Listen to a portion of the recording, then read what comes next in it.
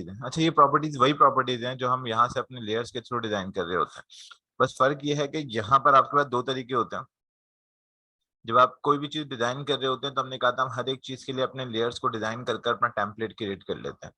उसमें हमारे एनोटेशन भी सेट हुए हुए थे हमारे पास। हमने ब्लॉक सेट नहीं किया इसके अंदर, वरना यहाँ पर ब्लॉक जो हमने बनाए थे वो भी यहाँ पर सेव हो जाते हैं।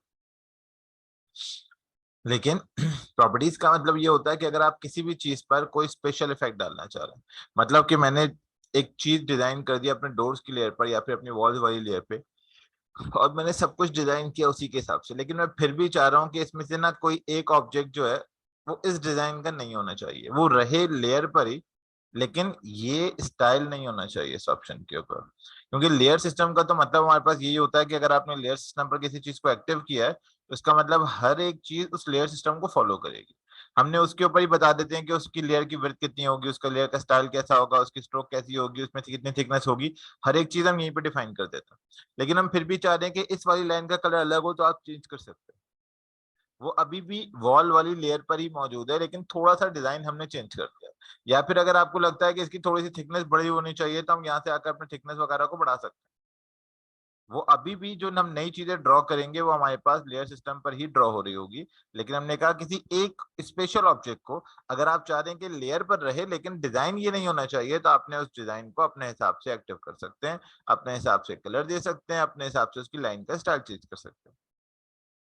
जो भी उसकी लाइन स्टाइल होगी या जिस तरह का भी वो ऑब्जेक्ट होगा वो अपने हिसाब से आप उसको चेंज करते जाएं, और आपको जो ऑप्शन होगा वो खुद ब खुद उसी डिजाइन के हिसाब से अपनी चीजों को बनाना शुरू कर देगा। सही, तो देखें वो ट्रैक वाली लाइंस बन गई। बस ये कि बहुत ज्यादा बड़ी बनाई हुई हमने तो उसके हिसाब से उसका जो ट्रैक है वो कुछ खास नजर नहीं आ रहा था। इसी तरीके से जिगजैग लाइंस हो जाएंगी।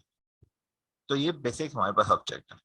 इसी तरीके से जैसे हम लोगों ने ब्लॉक बनाया और ब्लॉक के बारे में हमने ये कहा था कि सारे ऑब्जेक्ट ग्रुप कर कर एक छोटा सा ऑब्जेक्ट बना देता है, तो उसी तरीके से यहाँ पर एक अलग से भी ऑप्शन मौजूद होता है ग्रुप का।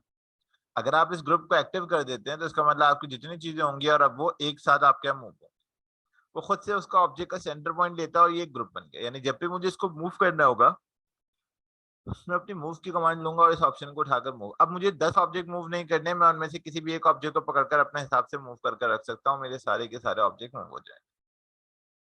अगर मैंने कोई नया ऑब्जेक्ट बना दिया और मैं चाह रहा हूँ उसको भी उस ग्रुप में ऐड कर दिया जाए, तो यहाँ पर आपके ग्रुप को एडिट करने का ऑप्शन मौजूद होता है। कि अगर आप ग्रुप ग्रुप जब हम एडिट करने का ऑप्शन कहते हैं तो आपको कहता है कि सिलेक्ट ग्रुप, तो हमने ग्रुप सिलेक्ट कर लिया। अब कहता है इस ग्रुप में ऐड करना है या इसमें से रिमूव करना है। तो अगर आप चाह रहे हैं कि इस ग्रुप में से एक चीज ऐड कर देते हैं तो आप उस ऑब्जेक्ट को सिलेक्ट कर लेंगे जिसको ऐड करना है और ये आपके पास उस ग्रुप का पार्ट बन जाएगा। या फिर अगर आप ग्रुप को एडिट करना चाह रहे हैं तो आपसे कहता है ग्रुप सिलेक्ट करो, और उसमें से अगर आप रिमूव करना चाह रहे हैं, जिस तरह मैं चाह रहा हूँ कि रेड लाइन इसका पार्ट नहीं होना चाहिए, तो आप उसको हटा सकते हैं। तब इससे ग्रुप ये वाली चीजों का बनेगा, रेड वाली लाइन का। तो ग्रुप में हम चीजों को ऐड या रिमूव कर सकते हैं, लेकिन ब्लॉक्स में से ये चीजें नहीं होती। ब्लॉक में फिर हमको ब्लॉक एडिटर में जाना पड़ता है, उसको ट्रिम करना है, डिलीट करना है, ऐड करना है, जो भी होगा उसके एडिटर के थ्रू होता है हमारी सारी चीजों के अंदर।